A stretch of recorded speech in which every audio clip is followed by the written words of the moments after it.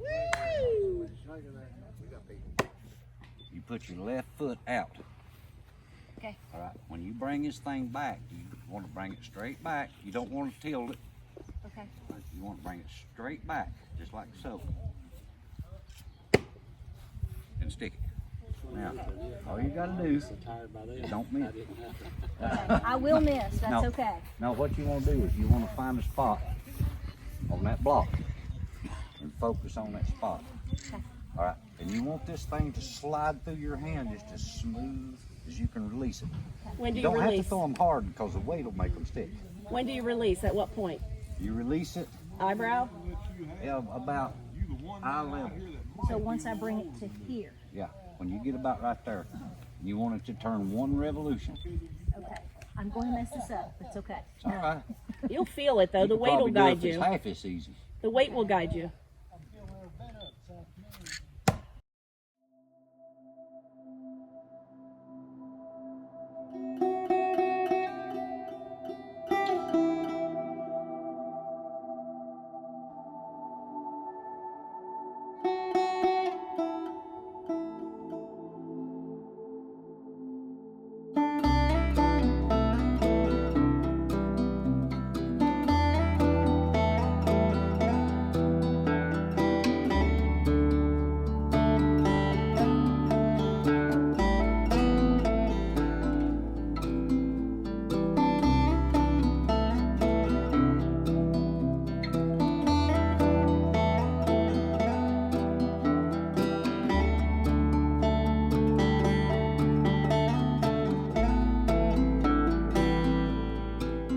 Part of your beard?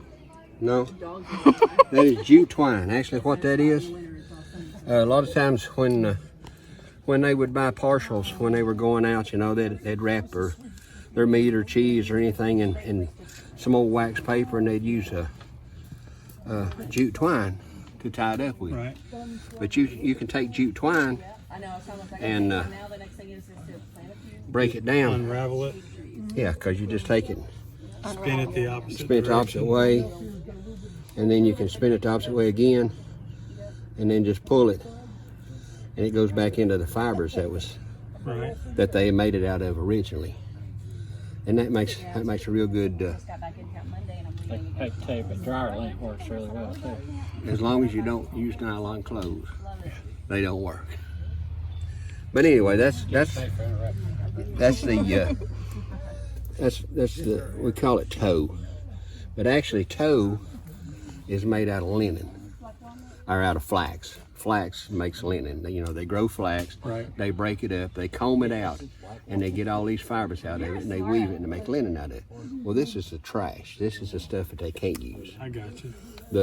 Now you can go through this and pick out these, and you can make linen pants, or shirts, or sails, bags, stuff like that, but it wasn't the fine linen that they wanted to make. So this is the trash part of it that they use. This is a Viking style. Most of them's made out of files. They're made out of files, just like flints. You know, flint comes in all kind of colors. It's yellow, white, black, gray. They put in this tin and char it over an open fire. When you put it in there, you put the lid on it. You got a hole. That's right. You put it in the tin and put it in the fire. I couldn't remember how to do it. And your tin has a hole in it on purpose? On the side of it, and one in the bottom. Okay. And you put it in the fire, and you'll see smoke start coming out. Okay. Then you'll see a flame come out, and it's like a jet engine just roaring. Yeah. It burns all of the properties and leaves you nothing but carbon. Okay. And then it stops. So the flame is okay? Yeah, the flame is good. That's burning out all the properties. When the smoke quits coming out that hole, you know it's done. Then it's done. Yeah. Okay. Okay. Okay.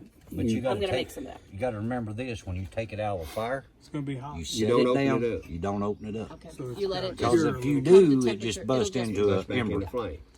Oh, okay. To bust back into flame. You really can't overcook this. Okay. Okay. Just can't. And the reason this works is that this flint is actually harder than this steel. Mm-hmm. You've used a grinder. Yes. Okay, them sparks you see is not coming from that grinder. It's coming off the metal that you're grinding away. Same thing here. That spark is cutting little pieces of metal. Right. And that's where the spark comes from.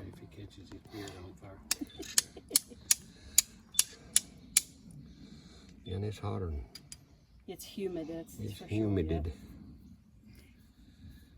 But What if do you- I could do it, I did it, and it's anybody could do it. That's all you do. It's you and me. See that little spot? Yeah. That's all you need to start a fire. And you make a little bird's nest, similar to what a bird's nest looks like. And then you just blow on it. And be ready. And if you got a beard, you don't hold it down here. Yep. 'Cause it'll.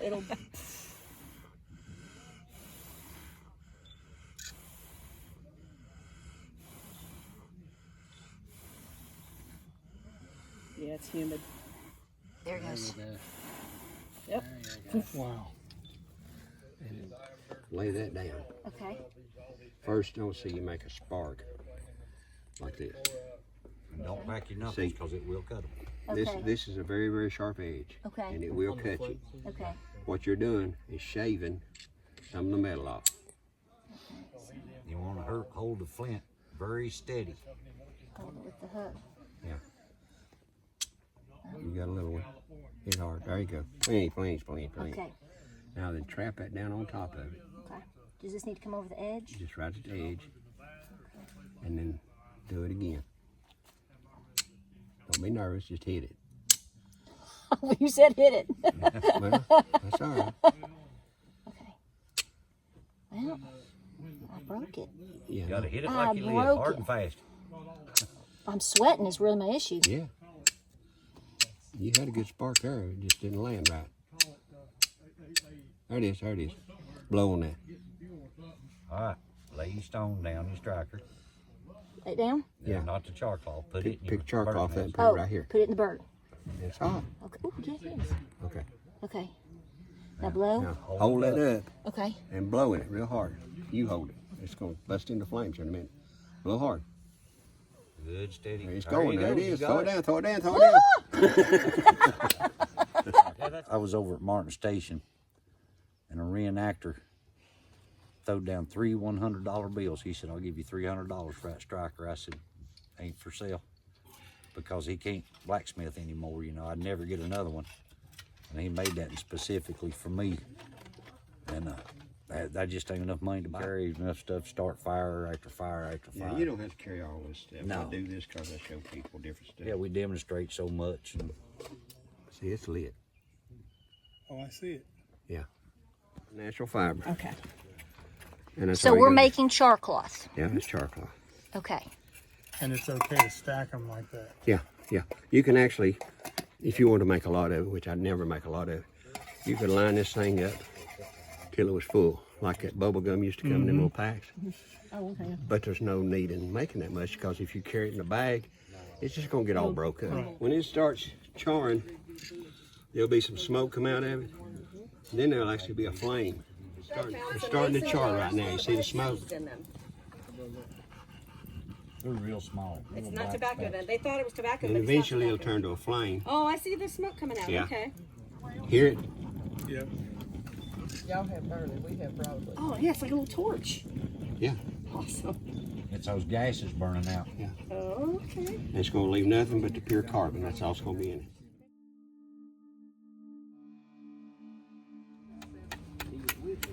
That's the trick to keeping these things shooting, is keeping a sharp flint on. And sometimes, now, once this thing's loaded, okay? Yeah. Once it's loaded, sometimes they'll hang fire or they'll just flash the pan and not go off. Yeah. You always want to keep Always it keep the pointed. bore, pointed at something that you But- don't want to shoot.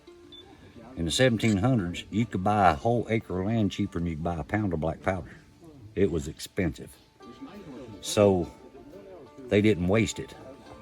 And each gun shoots accurate with a certain amount of powder.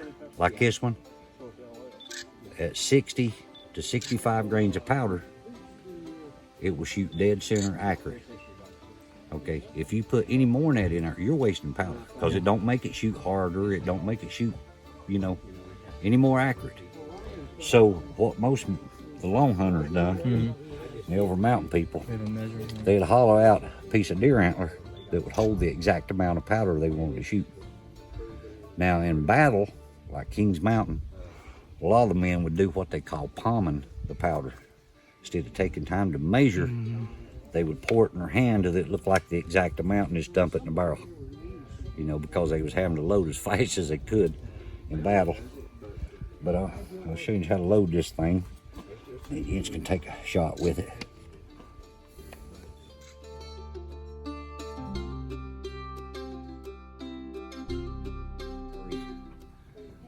This British officer had wrote another officer in England that was coming to the colonies, and he told him, he said, the Providence of Pennsylvania has raised 100 riflemen, and the worst shot can put a ball through a man's head at 100 yards.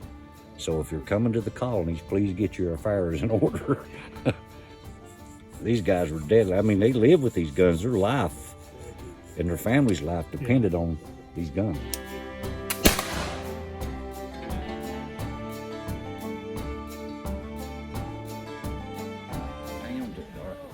Grip it right here on the wrist, right here. Yeah, okay. You want this finger here out, but do not touch that trigger. You're ready to shoot, all right? We're gonna pull this thing back and it's ready to fire.